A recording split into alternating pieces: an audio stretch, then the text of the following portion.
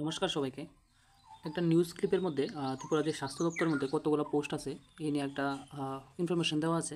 তো এখানে দেখো ত্রিপুরা যে চিকিৎসকের পোস্ট ডক্টরেটের যে পদগুলো খালি আছে 1366টা শূন্যপদ খালি আছে। তাছাড়া নার্সের লেগে সেখানে 432টা পোস্ট।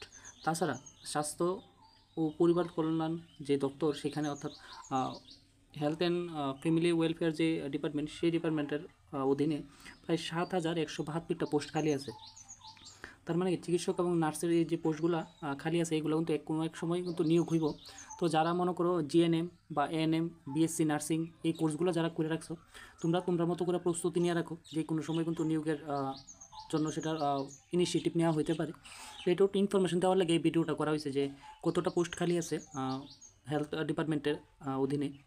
তো যারা বিশেষ করে ডক্টরেট লাইনে বা যে এমবিবিএস কোর্স বা যেই প্রফেশনাল কোর্সগুলো করে রাখছো ডক্টরেট লাইনে, তো হেলথ সেক্টরে লেগে তোমরা ইচ্ছা যে হেলথ সেক্টরে আইবা, তো তাদের লেগে কিন্তু একটা অপরচুনিটি অবশ্যই আছে। বা আগামীতে যারা জিএনএম বা এনএম তাছাড়া বিএসসি নার্সিং যে কোর্সগুলো আছে হেলথ সেক্টর রিলেটেড তোমরা যারা করতেছো অবশ্যই করতে পারো। দেখো পোস্ট কিন্তু বিশাল সংখ্যক খালি আছে।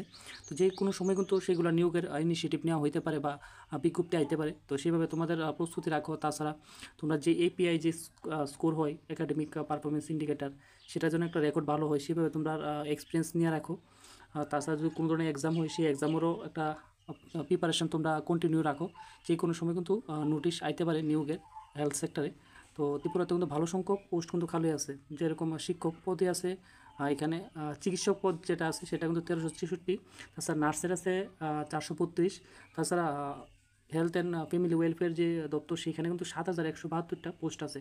তো সেইভাবে যে কোনো সময় নিয়োগ হতে পারে, সেভাবে তোমরা প্রস্তুতি করো। দেখো আরেকটা ভিডিওতে, আর এই ভিডিওটা করার জাস্ট ইনফরমেশন দেওয়ার লাগে।